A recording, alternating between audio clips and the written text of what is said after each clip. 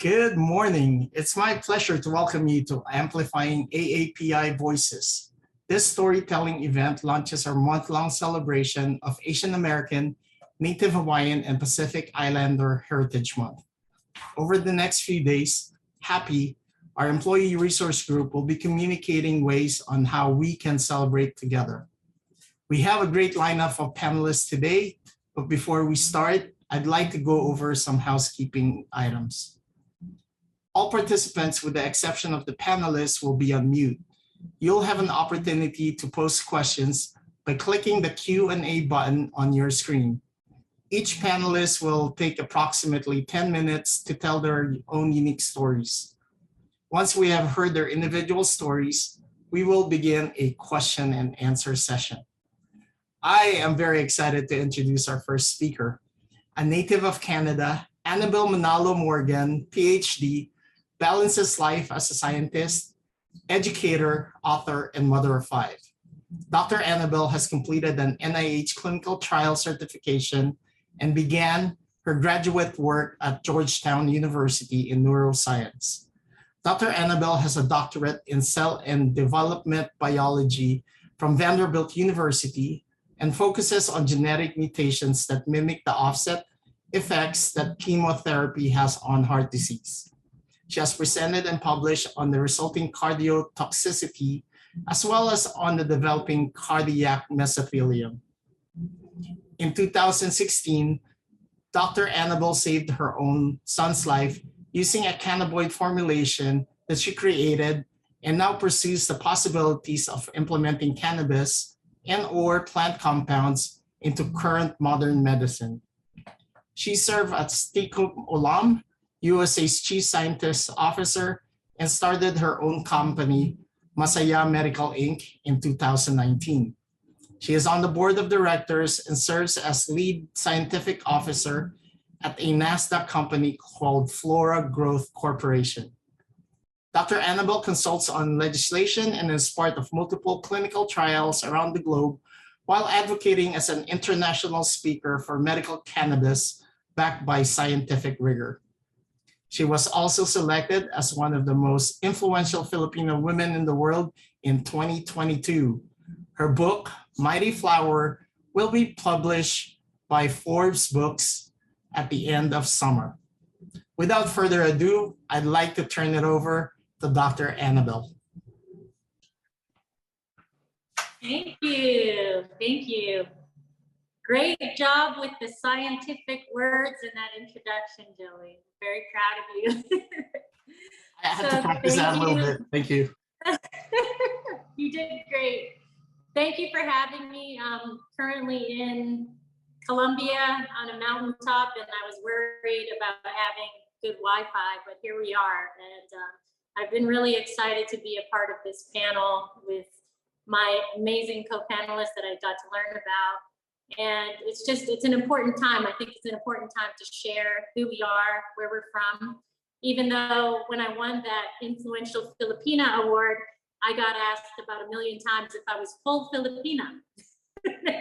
Well, I am. Both of my parents are born and raised in the Philippines, and I grew up in a Filipino household in Canada. So I'll get right into my presentation. I know I only have 10 minutes and I'm extremely long-winded, so please put up the slides.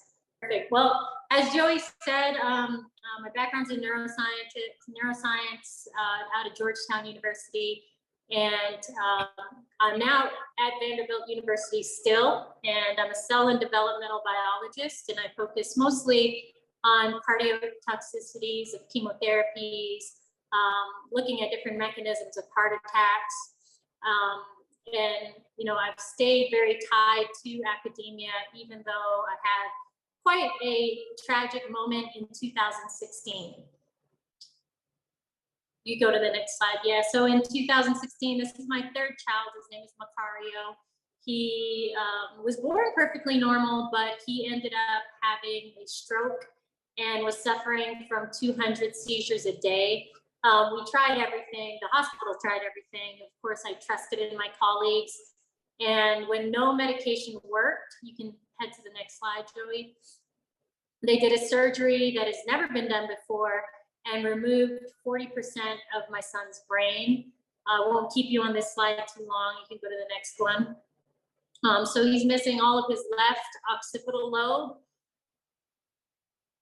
and he's missing all of his temporal lobe. This picture actually doesn't do justice of how much brain he's really missing. He's really only has about a fist, his size fist of his left brain. So he's missing about 42% of his left brain. The reason why they removed 42% instead of 50, which makes it a lot easier in a baby, he was 5 weeks old during this surgery, is because we were trying to preserve his motor strip. And even with preserving his motor strip, missing that much brain, you know, it was predicted that Macario would not walk, be paralyzed on the right side of his body, and be extremely mentally challenged. As you can imagine, there are people that have just brain surgery without brain removal and have a lot of complications. So, you know, this started a journey for me. It brought about an awakening. A lot of it comes from, I do feel, my background as a Filipino, and always hearing my mom just say, find a way, make a way. You know, they came here to Canada, not to America, but they came to Canada with nothing. And I think that a majority of how they've been able to be who they are today and have me and my brother is because of that mentality of just make it work, make a way. Not every journey is as cut and paste. It's not a straight line. And so with my own son, you can go to the next slide.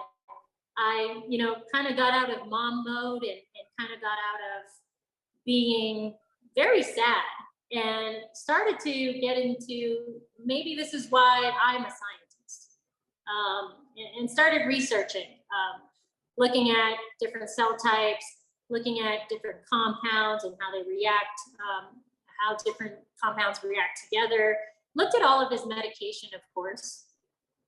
And you can go to the next slide, Joey. And what I learned is that a lot of the medications my son was on, 7 medications, were simply Band-Aids. They were going to help his brain, you know, remain stable so he probably wouldn't have seizures again, hopefully help him from having scar tissue. But you can go to the next slide.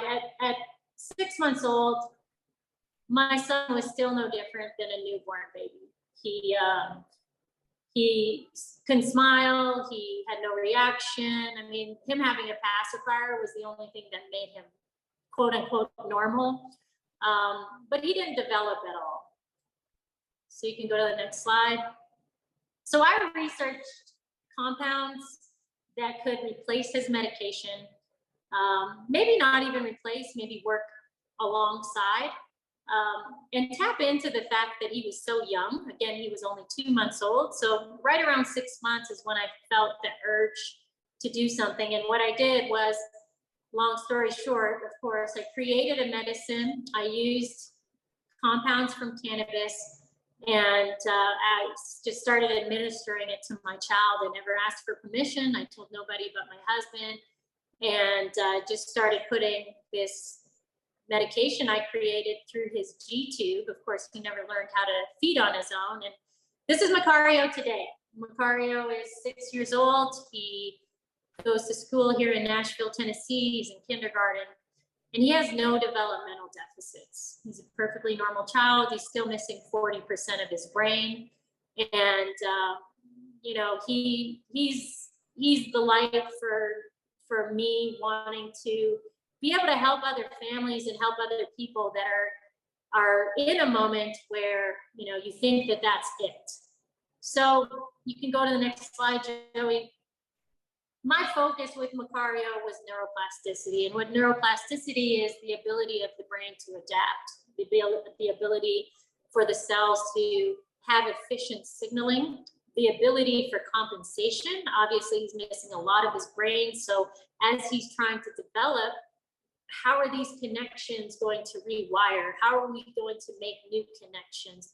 How can he develop these qualities that are supposed to be driven by the area that's missing?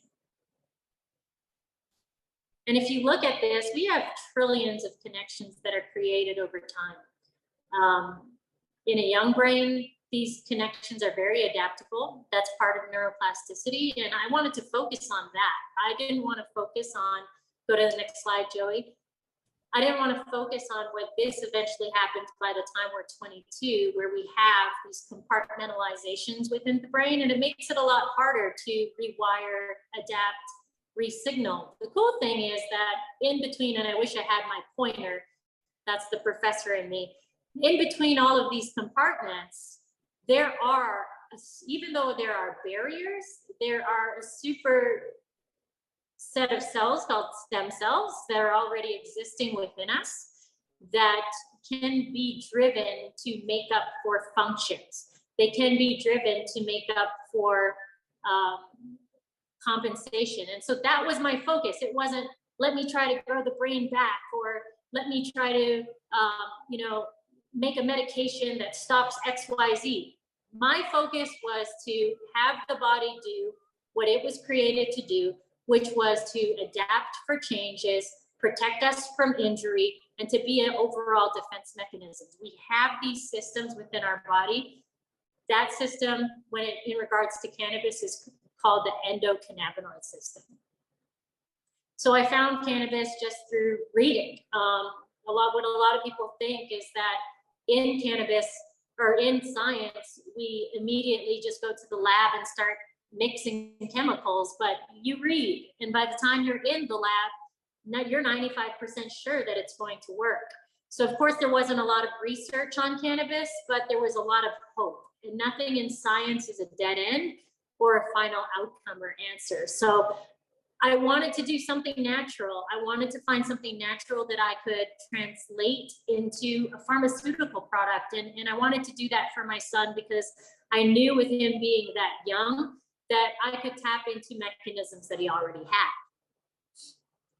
And if you thought about it, or if I thought about it, all of the medications that I had been studying were once plant derived. So all these pills, 97% of chemotherapies once come from a plant. It's just what we do to it scientifically. It's how we synthesize it so that we can scale that make it toxic and give us barriers to be able to use it as something natural, which of course it works, but time and place. Medication, pharmaceutical medication at that time didn't work for my son. So you can go to the next slide. It's just a picture of me. I'm actually pregnant in this, with my next child. I have 2 kids after him. You can go to the next slide. And this is what, it's essentially CBD oil. This is before CBD kind of became something that is now a trend and in gas stations. You can go to the next slide. And I created it not because it could stop seizures, not because it would heal the area that is missing, not because it would compensate for the functions that were probably lost, but because of all the above. That's where medicine should be today. That is the realization that is becoming of me after this story of my son. If you go to the next slide, what we have, again, please. What we have is one more slide, Joey. Yeah, what we have is an incredible gap. I call it the upstairs downstairs effect in science and medicine. The science that we're doing upstairs in our penthouse suite labs, do they really translate to medicine today? How do we use, if you go to the next slide, something like this image where you guys are probably like, oh, that's nice and shiny and pretty. These are cells. And how do we take what we find out of these cells? If you look at the progression from left to right, that's embryonic cells to 2 cells communicating in the middle. And then on the third, these are cardiac myocytes. So these are beating cells that we have in our heart. How do we take that, treat that with drugs, and then not share that information in medicine so that we can use it today? If you keep going. And how do we put a time and a place on when to use plant-based? Is it only preventative? Can we create it so that it can be utilized as a medicine? When do we use other natural homeostatic type processes to keep us healthier. And when do we use modern technology, which is so fascinating? I am not anti-pharma, I am not anti-research, and I am not anti-medicine. And it's all about bridging the gap at this point. And so what now? Of course, go on to the next slide. Of course, I'm, being a mom to 5 kids, but I've traveled globally, 32 countries at this point since 2017. I've met with princes, presidents, ministers of health. On the left, that's the former president of Ghana. On the right, that's Minister of Health from Israel. I'm educating, I'm bringing research to not only medical cannabis, but let's just be more translatable when it comes to medicine. Let's look at a patient for a patient, not treat 2 people with the same condition with the same medications. We need to have more personalized, precision-based medicine. And that is what I'm actively doing. I'm not just speaking about it. I'm in Colombia right now, getting a clinical trial ready for the United Kingdom, where we have export license to ship all of our products to the EU and the UK for medical use in fibromyalgia. So I'm a part of a bunch of different studies. I can follow you guys up on all that. Please follow me. And if you go to the next slide. On the left, that's my parents and I. This was just September of last year, where I won a Most Influential Filipino Woman Award. And it was, so meaningful for me to share that with my parents, of course, because this was their dream. Their dream was to come from the Philippines and for me and my brother to be able to impact the world and to represent the Filipino culture. On the right, that's my husband. This was a few weeks ago. He was nominated for a Grammy. He's won 3, and he's been nominated for, I don't know, I don't want to get it wrong, but he's incredible. If you go to the next slide, this is my family. These are my kids. Macario is second from the left. I have 1 girl, 4 boys. Macario is the one jumping. Aaliyah, Macario, my baby is now 1. This picture is about 6 months old. Yazid and BJ. So to all you Filipino basketball fans, you need to follow BJ. He's on Instagram at Braylon J. Williams. And you can go to the next slide. This is me and Macario. We do a lot together. I'm trying to inspire the world and trying to give people hope, especially in medicine. And if you go to the next slide, this is my book that is coming out this summer. It's called Mighty Flower. Mighty Flower represents me and how I've been able to bloom through all of this tragedy and just through, as a child, all of the experiences I'm able to bloom. And Mighty Flower also represents the cannabis plant, which has done so much for me and my family. So that's all. I hope I didn't go too much over time, but thank you for having me. Wow. Thank you, Dr. Annabelle. I know I've heard your story before, but every time I hear it, I still get chills. You are definitely an inspiration to all of us. I hope you're seeing all the comments in chat, and I think everybody really appreciates your story. So thank you. Thank you. Thank you. Our next speaker is Joseph Gutierrez. Joseph is Filipinx, and he's originally from Los Angeles, California. He currently serves as the executive director of API Middle Tennessee, a nonprofit organization that works toward racial justice by building the API community, lifting API voices, and unpacking API identities. Hello, Joseph. Hey, I'm probably the least exciting panelist, but thank you for taking the time to listen to what I got today. I'm dropping some links in the chat for if you want to follow us for some of the stuff that API Middle Tennessee is doing. But if we can move to the next slide, I just wanted to talk about, my own story and then also what API Middle Tennessee is doing as an organization. So as it kind of mentioned, I'm Filipino American, and I think that's a really important kind of thing to talk about because I think the marginalization of Asian and Pacific Islanders is tied to being made invisible.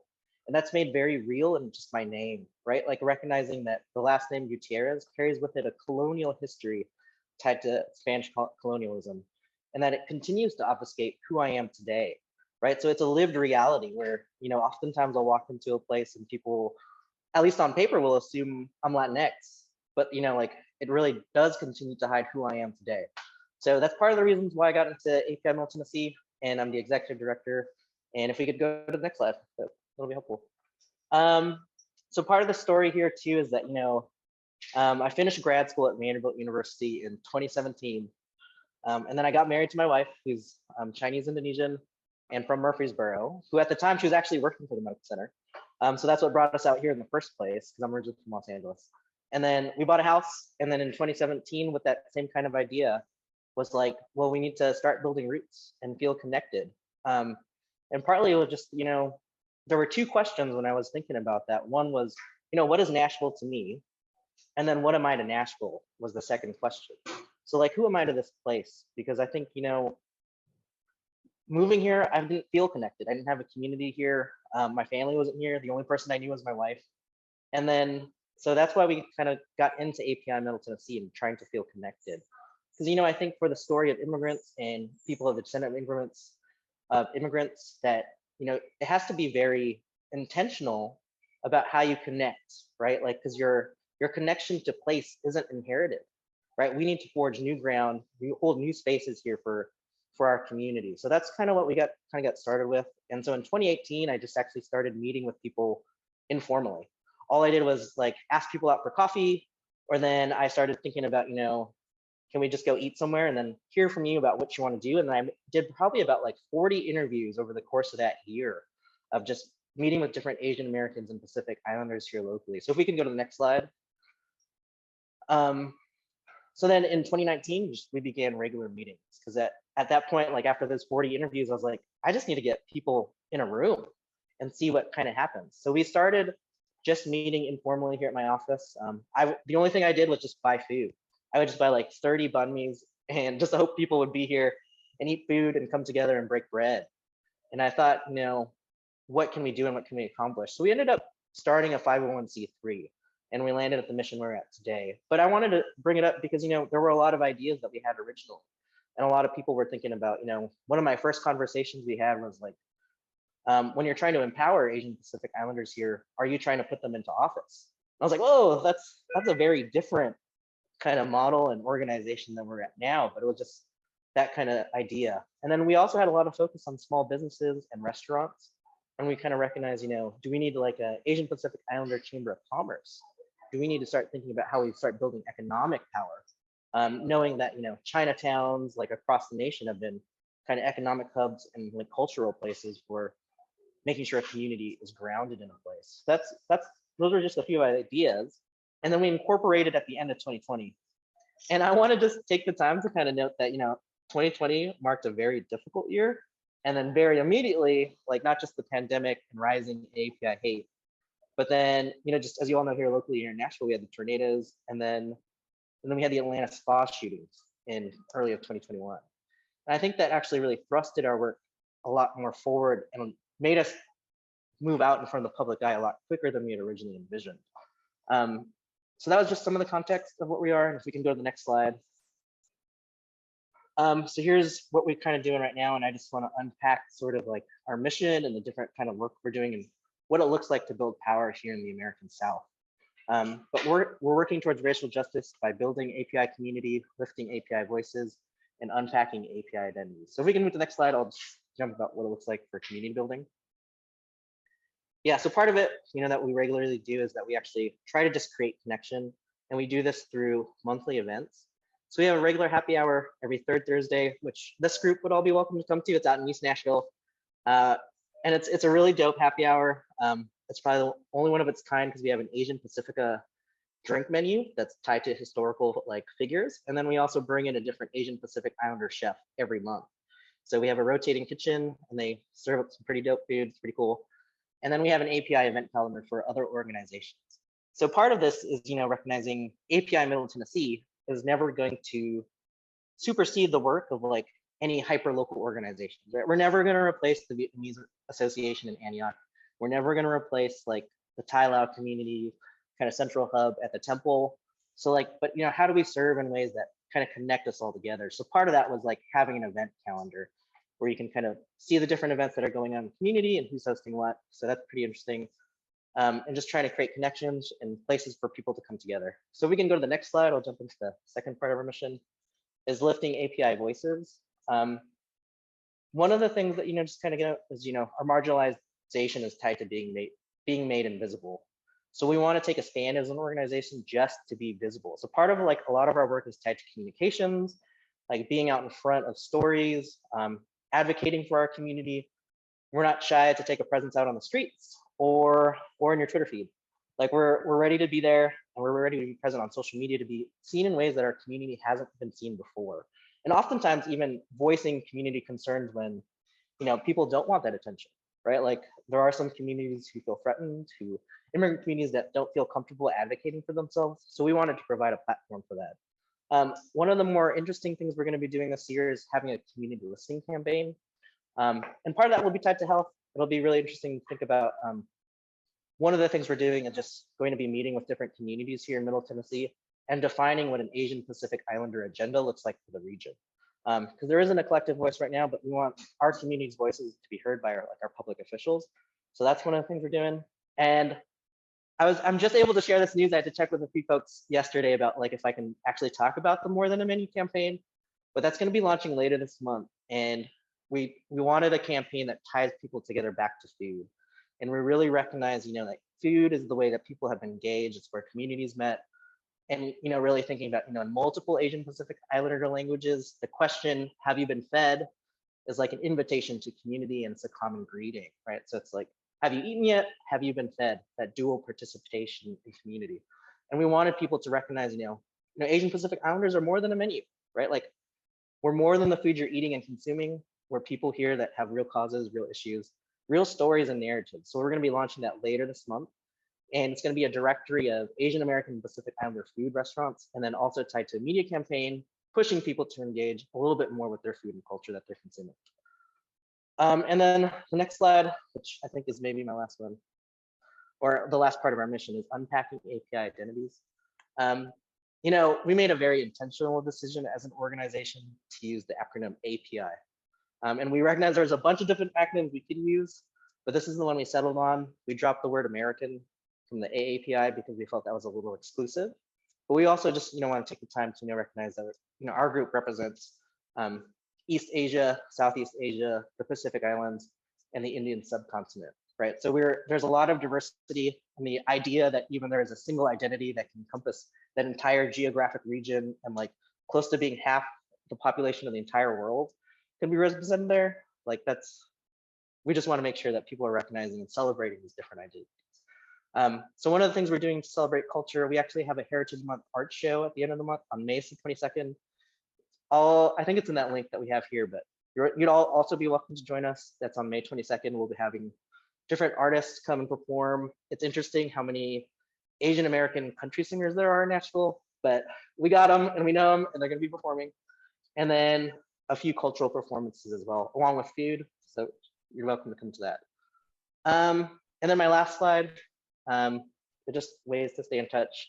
I breezed through a lot of that. So, we're API mid TN on all the socials. Here's a QR code for joining us for Heritage Month. And always feel free to email me. I think about our work, and I think, from where we're at 3 years ago to where we are now, I've just seen so much change and people coming together. And, like in the events and the spaces that we hold, it's just rewarding for me to see people come in and say like, hey, I didn't know I needed this. And I think, that's part of the issue with being Asian American Pacific Islander, that there's just this constant tax and constant burden of just existing. And we don't realize until we come together and, see each other and be in community that, we are burdened with that. So, like we need each other, and we're building our spaces. So yeah, come join us. But that's it for me. All right. Thank you, Joseph. And thank you for sharing your story and the incredible work you're doing on behalf of the API community. I'm looking forward to attending the next meetup and definitely breaking bread with the group. I also love food. I'm also very excited about all the events that you have planned. So really looking forward to those. On to our last speaker, who is Elisa Tang. Elisa is a Gracie Award-winning journalist and proud Hofstra University alum. She currently resides in New Jersey, I should say, and she works as a producer at ABC News for Good Morning America's digital team. Welcome, Elisa. Thank you so much, Joey, and thank you to everyone here. I first just want to say, I don't know how I'll go on now after Joe and Dr. Annabelle went on to speak. I'm really honored to be on this panel with them, so thank you. Hi, everybody, I'm Elisa. I identify as biracial and probably Chinese American. And like you said, Joe, I'm a Good Morning America digital producer. So I'm going to get into a little bit of my work, but to start off, we can go on to the next slide. Just a little introduction to me personally. I have a few random fun facts, I guess, thrown in here. I just have a few pictures. My husband on the far left, this was at our tea ceremony right before our wedding in July. Very special to me, obviously, my heritage. That's actually the dress that my mother wore at her wedding with my father, but also with my husband and his family, because it's obviously honoring the families together and bringing that union together, which is really special. In the middle is me with a Sleeping Beauty, my first time to Walt Disney World. I do work for the Disney company as part of ABC News. Disney's always been personally a huge part of my life, but I just a fun picture to throw in there because, you know, Disney, always been a Disney fan, so there you go. And then on the far right, can't forget, of course, most importantly, my fur baby Stanley. He's a pug puppy, 13 weeks old, so had to throw him in there. Most importantly, but just moving on, you know, before I get into my work, just a little bit about, you know, how my personal life, my identity, what's important to me, obviously, has kind of inspired what I do. You know, obviously, you know, I come from a mixed family. My parents are actually divorced. So I grew up on one part, you know, with my dad, surrounded and raised on Chinese traditions, a traditional Chinese household. My grandma actually lives with my dad's, and, you know, she immigrated here from Hong Kong. So I grew up on dim sum, celebrating Lunar New Year all the time. And then at the same time, you know, was raised by my mother in an American household, and grew up in a small town in New Jersey, where I was maybe one of a very small handful of other Asian students, I'll say, maybe like 2 other students, including myself. So for me, it was on one hand, I felt I had a privilege where I grew up on one hand with different experiences than maybe my dad's family, but at the same time, I didn't always know where I fit in as someone who is, I guess you could say, mixed or biracial. And so I think for me, a big part of my life's mission for a very long time has been to just help share stories from underrepresented communities, from all different communities, but to also help elevate voices, like voices in the AAPI community. So I'm going to go on now, obviously, to what I do for my job, which I'm very privileged and honored to do. So sharing, I have the acronym here for Asian American, Native Hawaiian, Pacific Islander stories at ABC News. It's very important for me, for what I do at work, but also my team. What we do at ABC News has been really covering the breadth of Asian American, Native Hawaiian, Pacific Islander stories, and also working with coworkers who identify in that way to really bring truth and representation to that. So I'm going to just pause here. Hopefully I put together a very quick sizzle reel, and hopefully it works. Then I'll just move quickly into my other slides, but just kind of a preview at what some of those stories are like if the video works. Okay, I'm going to try and get through this without tearing up. How many stories of elderly Asian Americans being attacked will I be alerted to today? And today, this is a true story, the answer was 5. All of them before 10 o'clock in the morning. For so long, we were encouraged to stay quiet, to embody that model minority myth. But for me, as a journalist, as a human being, I could not sit and be still and watch this happening to my people and be silent and do nothing. I knew I had to be a vocal advocate for my community. Visibility is everything. Experience working on both Obama campaigns and then having the chance to serve at the White House, you realize that you're standing on the shoulders of other folks who came before you, without a doubt. As struggling immigrants, the idea that I could someday become a co-anchor of ABC News' Nightline, well, that was something beyond my wildest dreams. We are celebrating Asian American and Pacific Islander Heritage Month, recognizing those who have enriched the community. Good Morning America and ABC News asked influential leaders in the AAPI community to nominate fellow members for our GMA Inspiration List. And what I love about this list is it really showcases the diversity that exists in the AAPI community, showing people what being Asian in America looks like and that the career possibilities are endless. We can see a version of ourselves or someone that maybe has experienced similar things to us. Things become more possible for us. I did just want to show a preview of just some of the stories I do with my team, proud to do with my team at ABC News. So just kind of moving along, I'll try to quickly go through my other slides. I know we're on a time constraint. So just what's most important to storytelling overall for me personally as a producer, but also especially with AANHPI stories and stories of all communities, is first and foremost, obviously finding innovative ways to share those important stories. I work obviously in the digital space, which has been really exciting, at a great network like ABC News, because it's not only touching on, goodmorningamerica.com, where all my stories go up first and foremost, but also just seeing how it works on social platforms like TikTok, and then of course to everything like the streaming platforms like Hulu, which we have access to now and have the ability to produce content for. So how can we get these important stories in their reach? That's number one. And then the next slide, obviously, even more important than that, I would say, is obviously inclusive storytelling. Very important to me, as I've mentioned, and to ABC News and my team. So including diverse expert sources to shed light on various issues. It's not about just representation, but the people who are able to really speak to those experiences and to those issues that are impacting different communities. So diverse sources and inclusive storytelling, most important. And then of course, not only are we sharing these experiences and stories with people to really shed light on different issues, but also just finding ways and basing it on what we hear from the people who watch and read tune into our stories, is seeing what they want to take away from it. What are the tools that they need? What are the services that they'd like to be provided with? So anytime we do a story, we always try to keep that in mind. And so that's what three big pillars I'd say for my work with storytelling. And again, this is just kind of a screenshot of different stories I've been proud to work on for especially the AANHPI community. And then I think I jumped ahead and answered maybe some questions here that all of the panelists are going to be asked. But basically, in a nutshell, yeah, that's what I do for ABC News. And as I mentioned before, just representation has always been important to me, and inclusive storytelling most importantly. So I'm excited to hear more from the rest of the panelists. And Joey, if I'll kick it back to you now if you had any questions for us.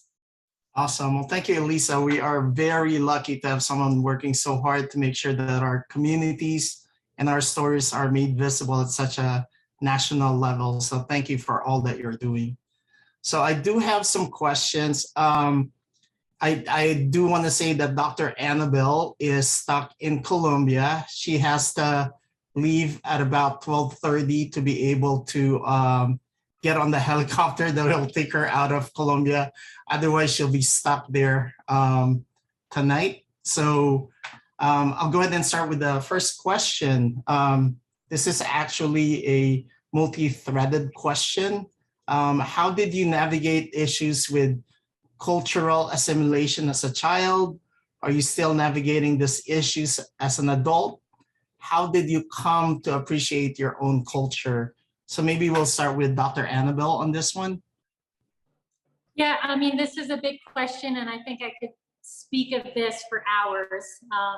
Growing up, I've been I think as a kid, you don't realize how impactful it is that, people are separating you by the color of your skin or the slant of your eyes. And so it took a while for me to realize that me being called Chinese on the kindergarten playground was, actually kids being mean, or me not getting picked I was a big time athlete. So me not getting picked to do something because I'm Asian, so I'm short.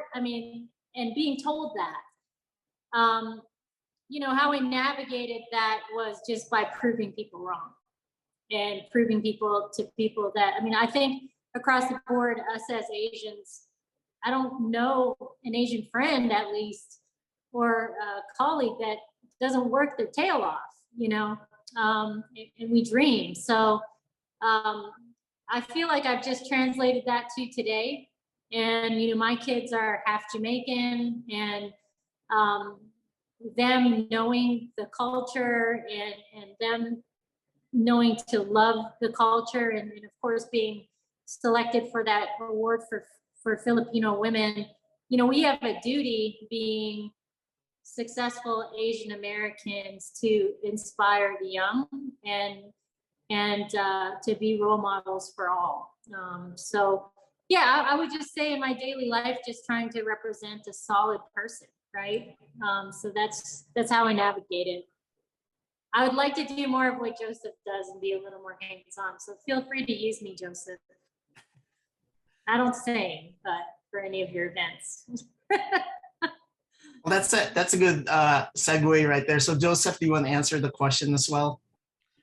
Yeah, you know, like I think part of it too is just like, you know, just my own upbringing as a Filipino American. My mom made an intentional decision to use more English in the house before I went to school. And like that idea was like her making sure that I could assimilate. But that still carries a burden with it, right? Like, you know, now that my mom's health is in decline and she's older, when I speak to her and she speaks to me, I very much am very keenly aware that we're both speaking to each other in two different languages, and that there is a sense of loss there. So I think about that, you know, in my own adulthood, you know, about how do I intentionally try to reconnect with my own heritage and culture.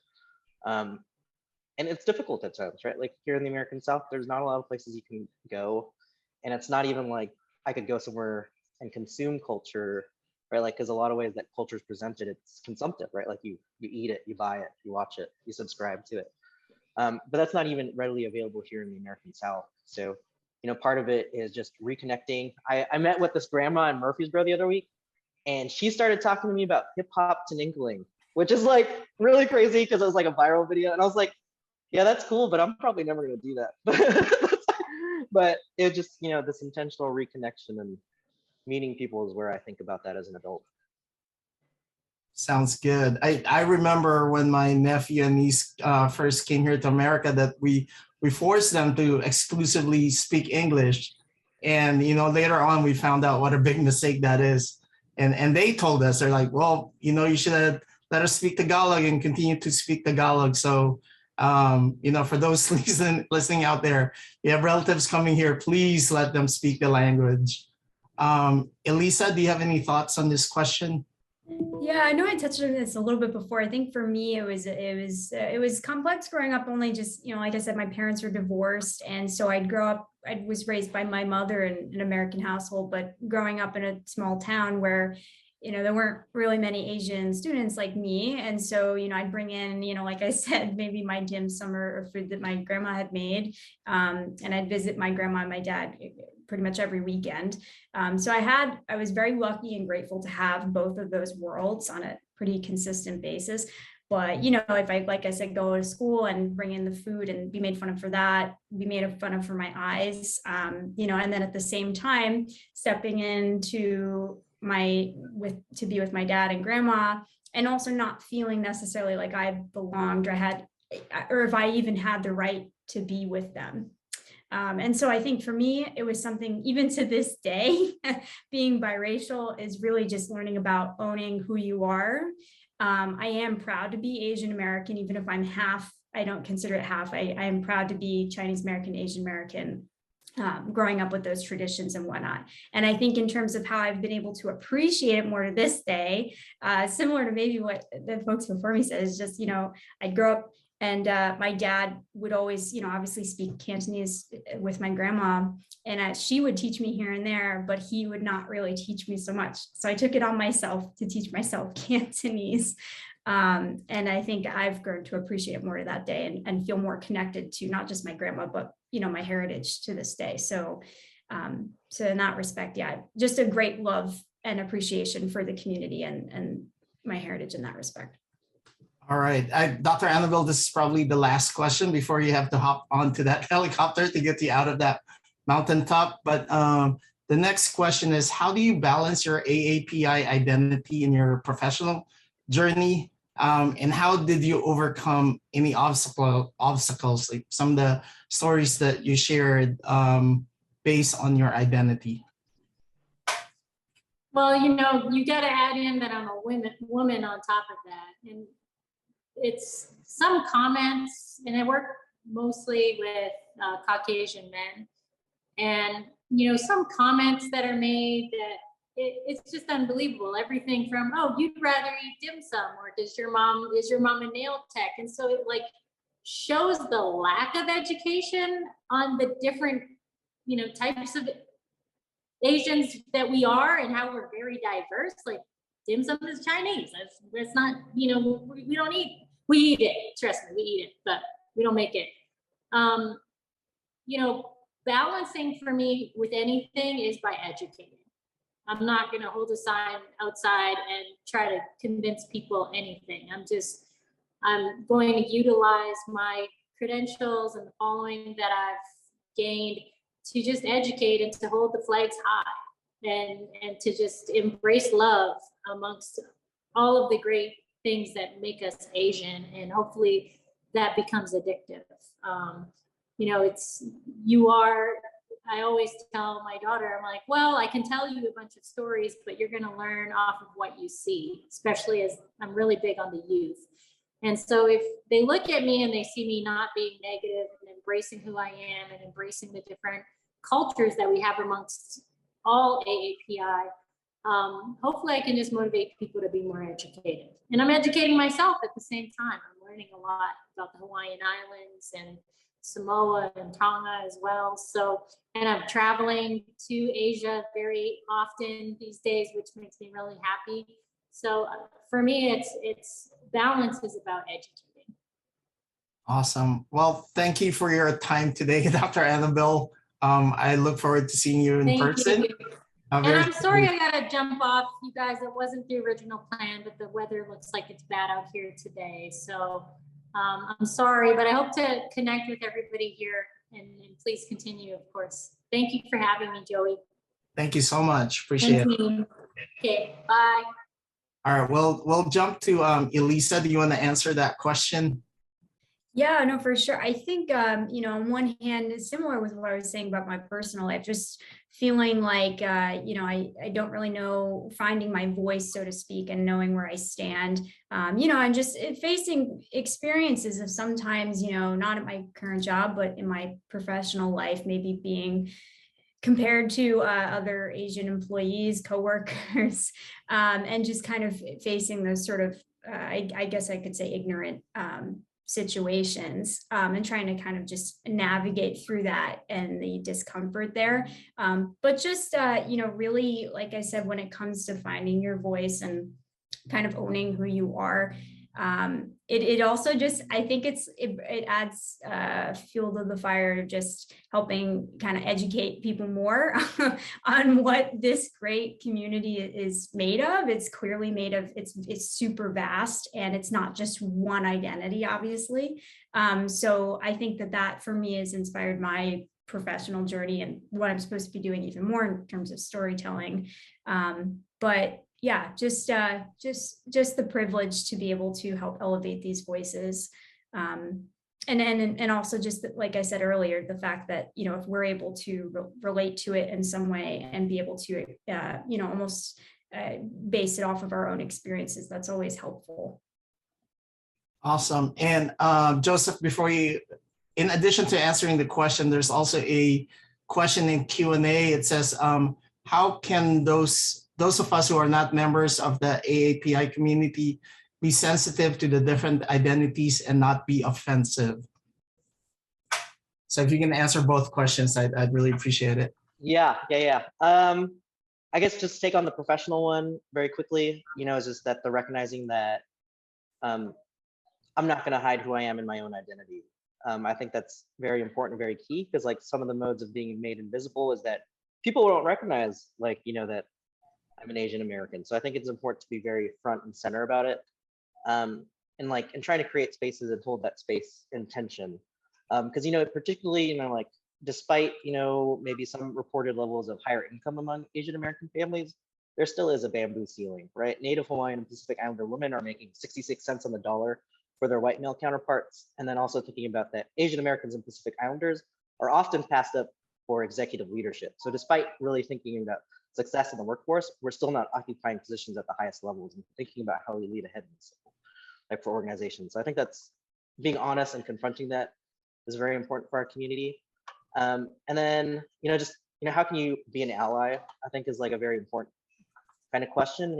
I think in that framework, you always have to ask yourself, what am I giving? And then what am I receiving, right? Because as an ally with your certain level of privilege, what you're giving will cost something, right? That exercising of privilege requires you to pay something in costs, and really thinking about that. So like even using like this food example where we kind of been echoing food, right? Like, just buying food from your local Asian Pacific Islander restaurant isn't really supporting the community because you've given money in exchange for a meal, right? Like that's not actually honoring the culture or the people any harder. So it's going to take a little bit more time and effort than just that. And then so part of it in kind of walking with those sort of questions too, though, about like asking about identity and recognizing it. The question, where are you from, holds so much tension for our community. And it's not so much the question itself, but it's how you ask it. So like think about building rapport, come open and honest and thinking about, like, I probably know nothing about your community, or I'm not sure, what can you teach me? And then there are people who will answer and people who won't. So it's just kind of partly that walking and navigating tension. Awesome. Let's start this question with Elisa. As anti-Asian violence has risen throughout the US, particularly during the COVID-19 pandemic, if you're comfortable, can you share your thoughts about this issues? I remember clearly seeing that image or that video of the Asian woman who was, she fell on the ground and she was kicked, and it just tugged to my core. I wonder if you can share some of the things that you saw, especially being there in near New York. Yeah, well, first and foremost, I think, like you said, for all of us, that really still, even to think about it and to see it continuing is really hard, And I think when I first saw it too, and probably like a lot of other people here, I thought of my family. I immediately thought of my dad, my grandma, especially, who is very elderly now and living in New York, living in Brooklyn, and just immediately, I always keep in touch with them, but even more so, I'm kind of even more naggy on top of it, like, it's everything okay, stay at home, but at the same time, and for me too, it's a nervous thing of when you're commuting to the office, wherever you are, but I think at the same time, while it's terrible and it's something that, like I said, is heartbreaking to see it continue, and I think one, for me too, with my work, but just on a personal level, really just, I think, ignites the need for the conversation around, not just these hate crimes and attacks in recent years, but also just knowing about the history, the AAPI history, and also knowing about how discrimination, it's not new, and knowing and being aware of that, whether you're part of the community and especially if you're not part of the community.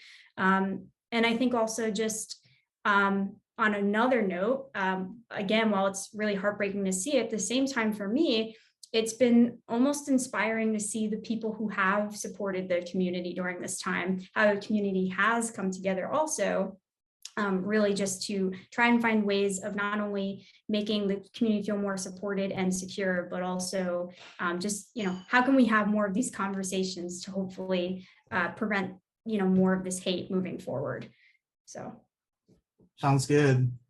Joseph, do you want to add any thoughts to that? Yeah, just giving it like a little bit of a Middle Tennessee perspective. It's kind of interesting because Tennessee doesn't actually have a lot of hate crimes reported in the last 2 years at the state level. But in particular, it's because like crimes and violence against Asian Americans and Pacific Islanders here locally doesn't often get elevated to a hate crime in terms of the systems, right? Like, so, you know, when like a brick with like a note that says like Wuhan flu is thrown through a Chinese restaurant's window, we know that's a hate crime, but that doesn't get elevated. And partly it's some of the rhetoric of the systems that we're a part of, right? For police officers will refuse to use like, or to recognize that as like a racially based or racially charged incident. And then also just the difficulty with elevating something to a hate crime. So I think it's, you know, important to speak up and say it and name it for what it is here locally. So even from like the outright violence, but even from the day-to-day casual racism that you see in the workplace, it's important to name. Yeah, and I think not only in workplaces, but that's also prevalent in social media. So I you know, sometimes I get into, you know, I fall into the habit of responding on Facebook, and I posted something, you know, a few weeks ago, and somebody said, well, why don't you just shut up and mow my lawn? So, so I responded by saying, hey, what's your address? I charge $50 an hour. I can be there tonight. So, you know, sometimes I use humor, but there is, I think, especially in social media, you know, people are hiding behind the computer and just being outright nasty in what they say, and really not filtering themselves like, you know, people used to, unfortunately. Let's see, we have a couple more questions here. Do you have any advice for AAPI professionals aspiring to become leaders in the workforce? And I think, Joseph, you kind of touched on this a little bit, so we'd love to hear your advice. Yeah, I feel like in some places, in some fields, it can be pretty tough to find mentors, right? You know, like me as an Asian male working in the nonprofit sector, like it's few and far between finding Asian men who are actually can serve as a mentor for me. So there is some difficulty, and I recognize that in short fields. But I also want to highlight, you know, getting a youth mentor. I think people don't think about learning from our young people often enough, but getting paired with like a college student or like an Asian American Pacific Islander, it's pretty helpful just hearing from their voices, because they're re-envisioning and reimagining a new future in ways that, you know, even I couldn't even think of now. So it's important to hear from our young voices, and I think, I don't know, I can send some studies about how kind of valuable it is to have a youth mentor. Awesome. And Elisa, maybe you can elaborate this more on, you know, how you got to your position, and what are your advice for someone aspiring in your industry? Yeah, I will definitely echo what Joe just was saying about having mentors, great support, because that's definitely what helped me get to where I am today, in addition to definitely a lot of hard work. But I was, you know, honestly, a lot of my mentors are part of the AAPI community, and because I also can relate to them in many ways, and just naturally, organically, those kind of relationships formed through the different jobs that I've had and experiences I've had. And it's just, it's more so than just on a professional level, like how can I, succeed in my career, but also just, again, how can this person how can I look up to them personally? And how can I relate to them through those experiences? But I'd say like my biggest piece of advice for anybody in any field would be, I know for me, oftentimes it's been hard, like I said, to find my voice, and maybe even to raise my hand when I feel like something's not right. Issues aren't being addressed, or there's an issue that needs to be addressed. So I would say, don't be afraid to raise your hand and be a problem solver. If you have ideas or suggestions for how certain issues or challenges should be solved, you should feel secure and valued to do that, because truly, like, your thoughts and ideas are all valuable and unique. So that would be my biggest piece of advice, and something I also try to keep in mind every day. Sounds good. And I know you've all shared your stories, but we have a question here. Can you please share an experience or story that has influenced you the most? And we'll start with you, Elisa. I think one of them in most recent years was coming to ABC News. I started at ABC News about 5 years ago and had a couple other jobs before that. But that was really where, I saw I felt like I was able to find my voice more. I felt like I belonged. And I think a big part of that was there were two folks who started an Asian American business entertainment resource group, it's called, at Disney, which they didn't have before. And they started it. And they came up to me in the cafeteria actually at work and invited me to join. And I didn't know them, and they were outside of my team. But it was one of those things where I was like, wow, again, these people who I can relate to and feel welcomed by, to really start to join this group about something that's much bigger than just our work and our daily stories that we work on.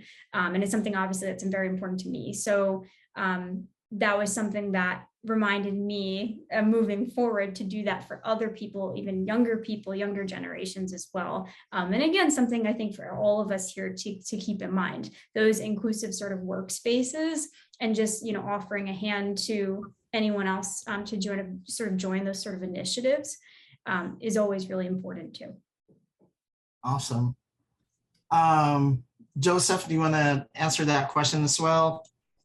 Yeah, I'll actually say, like, you know, different in like my own difficulty in finding role models and mentors. I've actually one inspiration for myself is actually Grace Lee Boggs, who is a Chinese woman activist, and her kind of like mode of solidarity, I think, and community building, I try to embody in my own work currently. And I think it's actually very important for really recognizing, you know, that, you know, I just gotta listen to the wisdom of Asian women. I'm thinking about my own work. So that's really what it is, and just like thinking about community building. But some of like even like the more influential stories, like for why I continue to do the work again, are like these sort of anecdotes where people come to our events and just say, you know, like, you know, I belong here, which is something they maybe can't say about the other spaces they're in. That's great. And what something that you said kind of resonated to me earlier when you said, "Oh, I didn't know I needed this."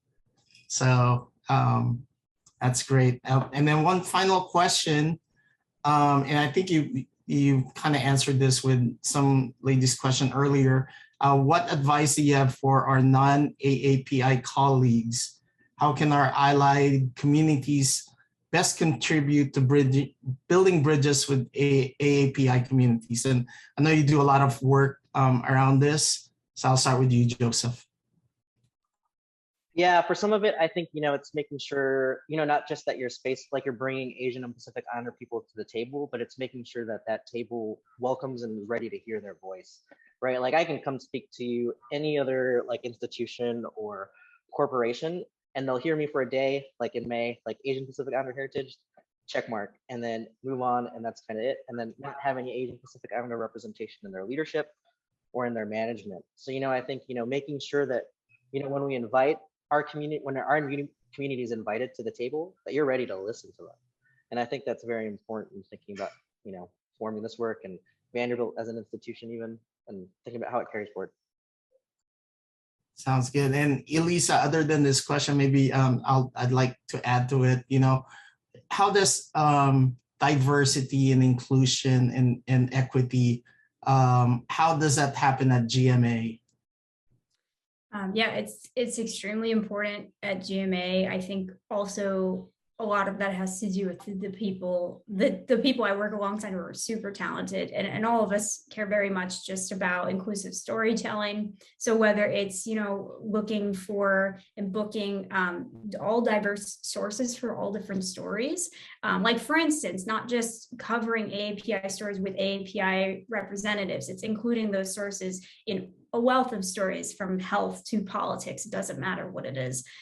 So that is number one. And then number two, you know, covering stories beyond what we see on a normal mainstream sort of basis. So really digging into the issues that are impacting all different communities that are, especially those that are underrepresented, and covering it there. So it's extremely important to us. And I think also with Disney, like I was saying earlier, not just the stories and the work we do, but also internally, like you're doing here, having those sort of groups, those resource groups to help those employees of all those different communities. Sounds good. So I think we've answered all the questions. do you, maybe both of you have some final thoughts on what we discussed today and what we've shared and what we've heard? I'll start with you, Joseph. Yeah, I wasn't really prepared for that, but first of all, I just want to say thanks for having me. I think, one of the early kind of interesting kind of conversations I had about Vanderbilt as the medical center was from Dr. Wynn Mintz, who had passed away just recently. But he had opened the first Buddhist temple here in Nashville. And then he would get calls all the time from the Vanderbilt Medical Center asking them to come and perform a Buddhist like funeral ceremony. And he'd get there, and he's of Burmese descent. And he'd get there, and then he would just sit there and realize, like, I'm not Chinese. I don't speak their language. There's nothing here in common. We don't even practice the same kind of Buddhism. So, like, I think that story sticks in my mind as like, where the medical center has been, and then also the kind of connotation about where it can go. So really thinking about culturally sensitive practices and recognizing, there are different modes of understanding health, and the way our community approaches it is just like one thing I kind of want to echo or just repeat and just share with this group. But always feel free to email me, ask me any questions, and stay in touch. Appreciate it. Elisa, any final words? Yeah, no, a big thank you to also Joe and Dr. Annabelle too, and everyone here who invited me to be part of this panel. I learned a lot from Joe and Dr. Annabelle as well. But yeah, just I don't really have too much to add other than a big thank you. This sort of panel conversation is always important. And I'm also just putting my email here. And also just a plug, if anyone ever wants to check out any of our stories at goodmorningamerica.com. But thank you so much. Well, thank you for taking away from your busy schedules to share your stories. I also want to thank some of my peers that helped really put this together. Thank you, Jabari, Angelia, Mia, Deepti, Shanti, Ellie, Dan, and the rest that helped. I probably skipped somebody, and I apologize for that. We do have this session recorded, so we will be sharing it with those that attended as well as those that couldn't attend today. So thank you, everybody. I hope everyone has a great weekend. Bye.